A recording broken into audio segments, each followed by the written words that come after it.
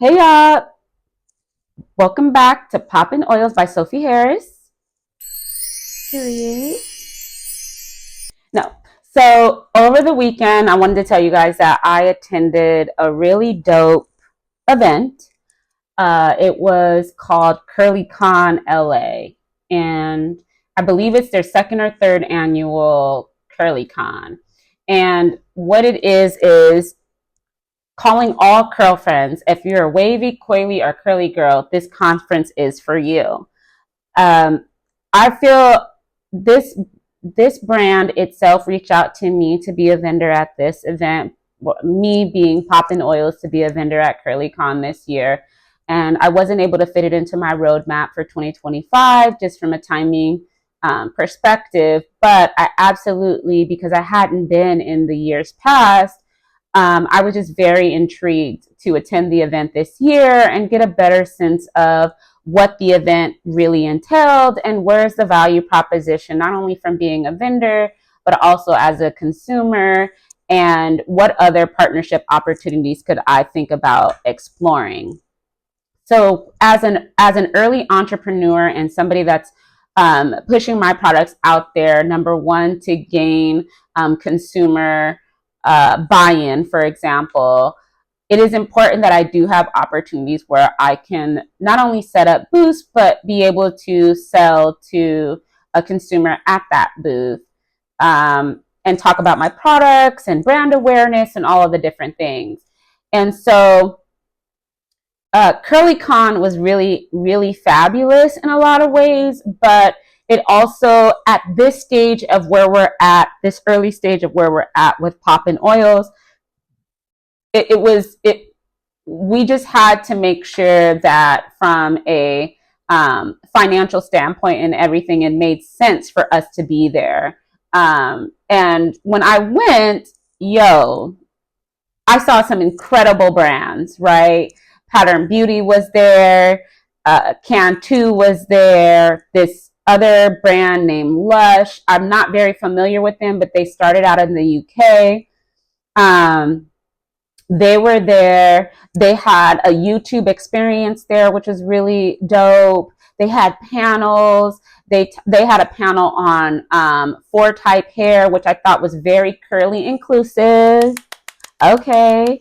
And they also had a panel with Tabitha Brown, who creates that Donna's hair products, which it was a really inspiring panel, just listening to her journey and being able to hear some of the different things that she worked through in her life and some of the different businesses and entrepreneurial things she did before landing on Donna's, and then kind of expanding from there. As an actress, obviously, she was able to sort of leverage that ability to be in front of the camera and just really sell her stuff. And I haven't looked too deeply into Donna, so I'm not going to even lie to y'all. But from first glance, it looks very clean. It feels very homegrown, and from what I hear, the products are amazing. So more to come on that. I will definitely look further into Donna's. She had a lot of people there that were big fans of hers, and just her natural, authentic storytelling. You just felt very drawn into her whole jam. And she's God fearing and a family woman. So I was just like, boom. And then she mentioned that her mother passed. And as you guys know, both my parents passed of cancer. So I mean, I'm in my little seat tearing up, just like crying. Like, this is the story that I was meant to hear. And I was able to raise my hand during the Q&A section of the panel and ask Tabitha a question. And it was really around, during those darkest moments where you just kind of felt like, oh my gosh, am I doing the right thing? How, should I keep pushing forward? And it's not just around children, because I'm a mother, she's a mom, she's a wife, but because our kids and our family do inspire us. It's the number one thing that inspires us. But I was really talking about those dark moments where you're just alone by yourself, kind of like, what is happening? And is this the right decision for myself? And if you know, you know. And she was just like, it was really God just telling me, that this is for you, and giving me signs that this is for you, and just feeling it in my spirit, and believing that, like, there was just something over her, like, I can't see it, I just know it's coming. And that's absolutely how I feel about Poppin oil. So it truly, truly did resonate with me, and it was a message that I needed to hear. They had another great panel with YouTube where they talk through tips and tricks on how to expand your reach from a content creation standpoint. If you're doing short form content, how to transition over to long form content. If you are, really leveraging the analytics, looking at who's viewing, their viewing habits, what your viewers are searching, at what times of the day. I mean, it's pretty standard stuff, but it's really important stuff. But I just feel like, yes, content creators do take a lot of that information serious, but there's a lot of people who are just naturally in there just creating stuff and just go viral. I mean, they just post all the time. They're very consistent. And even listening to these social media experts that are sitting on this panel, they're essentially telling you, be consistent, have a place for your viewers to watch on a consistent basis, and look at your analytics and pivot and make choices around what you're seeing around your audience behaviors. I mean, I just feel like that's just standard knowledge. But it was really great for them to share. Okay, so from a vendor perspective, like I said, they had, oh my gosh, I mean, when you went there, it was a beautiful layout. You walk in, blah, blah, blah. It wasn't a sketch part of downtown LA. I ain't gonna even hold y'all. I'm from LA. I didn't grow up in downtown. It was one place that we didn't really go to. We have a big, big, big homeless population down there. However, I think transients from other places coming in from like the East Coast and other places, they really like that downtown city feel. So over the last, I want to say like 10 years or so, downtown has really been the place for people from out of state to come and kind of make a home for themselves. So because of that, all these restaurants have popped up. They have really great hotels. I mean, it's really dope.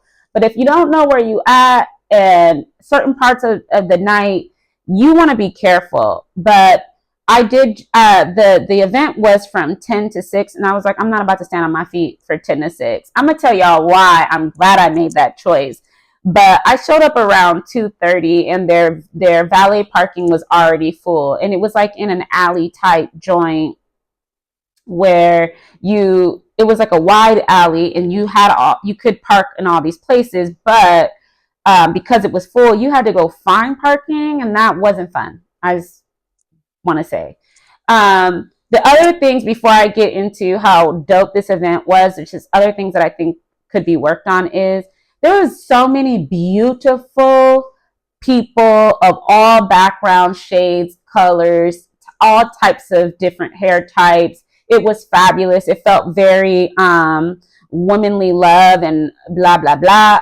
But at the same time, I mean, you don't know who anybody was. It just felt like everybody's face was beat to perfection. I mean, I did do my thing and try to go up there and look cool too. I ain't gonna hold you. But at the same time, a name tag would have been great. Like a name tag, a company that you're with or something like that to identify people, so we could be like, hi, I'm blah, blah, blah from blah, blah, blah, right? As just a patron. So yeah, you would get that from somebody coming up to a vendor booth, and maybe that's the value proposition. But from the other perspective, as just a patron walking around, it was just really hard to, and I went alone, and I ain't afraid to do nothing alone. But at the same time, it makes it a little hard to like just go up to groups of people and be like, hi, I'm Sophie. I'm from blah, blah, blah. And they're going to be like, girl, okay. No one cares. It would literally be like that. And I'm so damn friendly that I would just be like, hey, I mean, y'all know I met a friend in that Mickey Ficky, but I'm just like, it didn't feel inviting from that perspective of, you want to walk up to these just gorgeous looking people and be like, who are you? They're not having it. There were a couple of DJs. The other thing I would have loved is, I mean, this thing was fully funded. They had bartenders, DJs, a full bar, specific cocktails in that bar that were for the show. They had a margarita that was in there that was fabulous. I drank a few of them. But they were great. However, it'd be dope to have like a map or an app. I didn't mean a map. I meant an app to tell you what panels were going on at what time. Now, the DJs did announce, hey, in 20 minutes, there is this panel in the other side of whatever.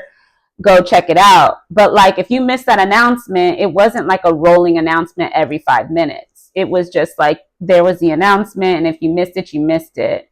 The other thing is, which is fabulous, but if you got the VIP premium ticket, which I did, I'm walking around with this heavy bag.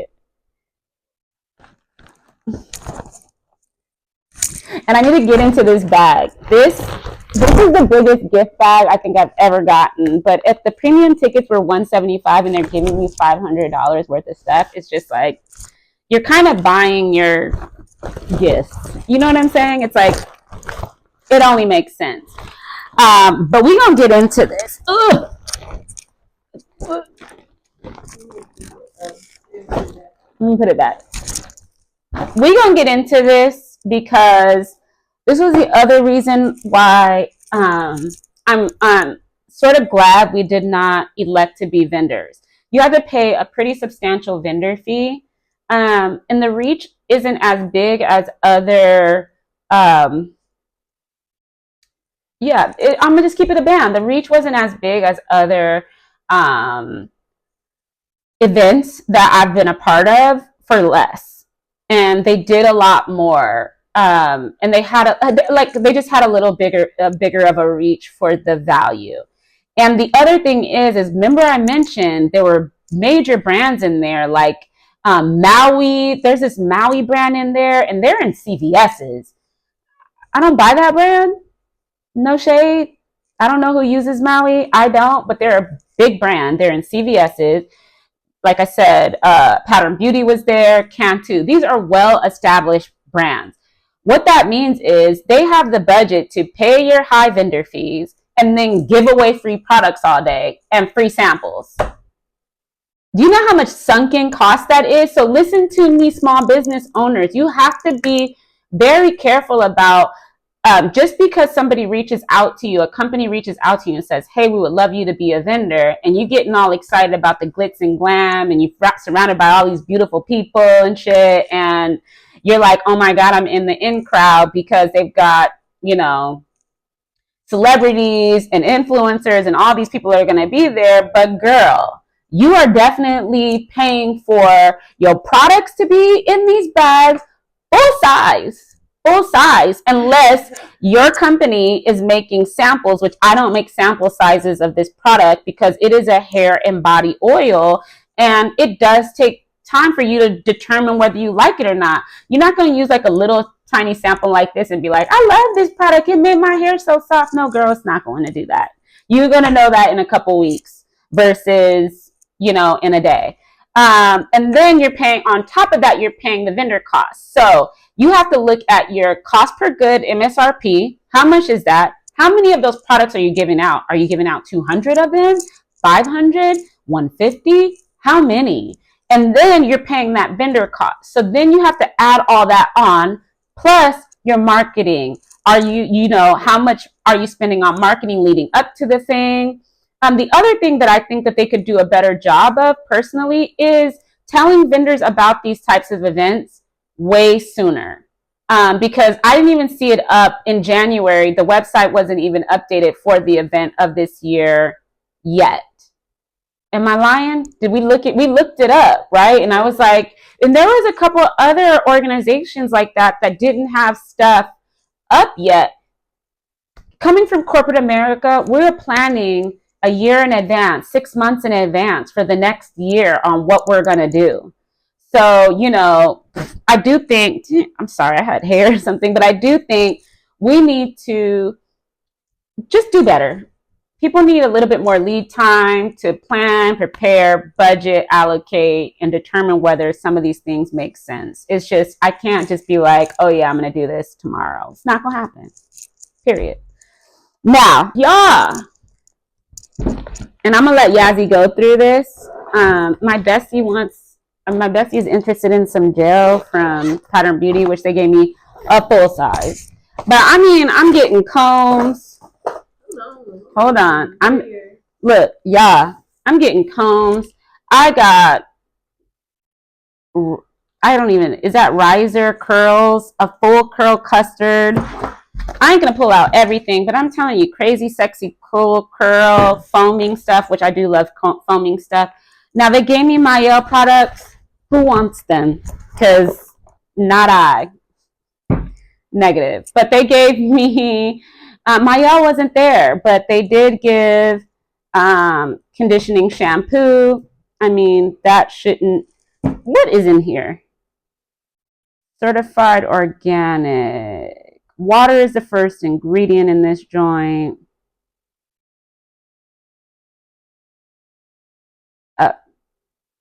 Guys, I don't know.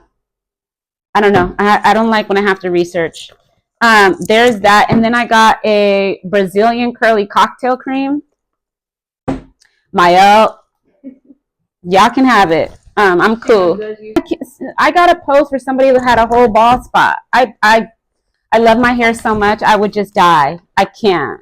I only need one. You only got to tell me once that the fire is hot. Full size pattern. This is bomb. So I don't even know if I'm gonna give this up because I actually haven't used Pattern yet, and I heard it's supposed to be good, but I think my bestie mentioned it. I'm gonna be like, girl, I love you, but I gotta try that. Oh yay, Donna's recipe, whipped vanilla cream curl divining mousse. I love me a good mousse, so yes. They gave you, I love me a satin scarf. Period. I mean, full size Curlsmith Hydro Style Gel. It's full, guys, it's full size. Full size. I'm saying this is fantastic. But these are the people that were there other than Maelle. Maui's there. Curl Show, I ain't even heard of this. Collagen and avocado oil. Avocado is sensitive to my scalp, so I don't use avocado. But what did I get here? I got a detangling nectar from Pattern Beauty. I might have to just mess with Pattern for a little bit to see, because I got to see what's happening. I mean, it's so much stuff. Curl, Wow, Curl Shook. I've never used any of these products. Never. Some of the stuff I ain't never seen. I was like, Maui, where is that? But I think I've seen it in CVS when I just walked by. Yeah. But also Pattern, they were just so sweet. I feel like I'm promoting Pattern at this point, but I don't care because people paved the way for you to at least they walk so you can run. They provide opportunities. I mean, even Maelle, right? Like, no shade, like Maelle, and maybe we can, make sure we add that in. Maelle had really, really great products. Just like Shea Moisture back in the day had really great products. Sometimes corporate America gets involved. I mean, I'm just keeping it a band. And it is shade. Because y'all need to do better. Slow down on production and make sure the quality is there. They done gave me so many lightweight conditioners. So many. It's just so... Cam 2 is not one that I really use, but it's a Protective Styles Soothing Serum. See, okay, here's my problem. Can y'all read them ingredients? What is in this soothing serum? What does it smell like? Cam 2, I'm sorry, I don't really... Oh, it smells delicious. None of my products have added fragrance. But that thing smells delicious, but you got to go online and see what's in it. I don't even know what's in that. And I don't like that. And when stuff like that is happening, there's dimethicones and all types of stuff in here. Let me see. Here's another Can 2 one. See if I can get to the bottom of some of this. Sorbate, sodium sulfate. That's a hell nah. So this is a smooth curl cream. It has sulfates in it. Not for moi. Sulfates, by the way, shouldn't get too bad of a rap, but if it's a curl cream and it has a sulfate in it, why? Sulfates are used to strip the hair. Now, by the way, I'm in cosmetology school, but sulfates are used to strip the hair, to cleanse the hair and get off all the oils and this and that. If I'm putting a conditioner, why is a sulfate in my conditioner? Does it say it's to strip and smooth? And that is the issue I had with this company. I couldn't wait to talk about them. Called Lust. They gave me all these. This is the UK brand. I need to let you guys know that in the United States of America, we are not fans of parabens. All of their products have parabens in it, guys. Parabens. And they're in everywhere. They're in Century City, they said. They're in Santa Monica, I think. They're all over in the U.S. Lush. Revive Wavy something moisture. Their Super Milk Conditioning Hair Primer. This stuff has, even their primers and stuff like that have sulfates. I don't get it. I don't get it. I don't get it. If a conditioner, somebody teach me. Why does a conditioner have a sulfate in it? It should be moisturizing. It should have slip. It should be detangling. Please don't let me down, Pattern. This is a detangling joint. They have fragrance. Here we go. Sodium sulfate citric acid. Why? Damn. See, this stuff I can't even understand. Like polysorbate, chloride, disodium phosphate. What's in this stuff? I'm gonna tell you guys what's happening with this stuff later. So sad to me. I don't know though. I don't know, but it doesn't feel good to me.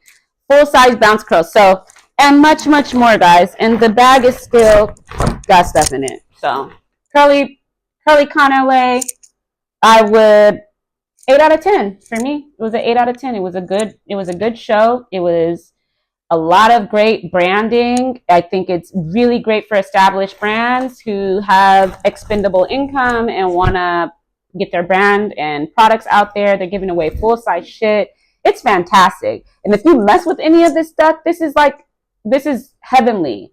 If I wasn't so obsessed with natural hair care and beauty products and things like that, I would be like, oh my God, I just hit the lottery. Period. But I didn't. I did not hit the lottery with all of these. Sorry. Not gonna lie. But I did need a brush. So thank you. Bye.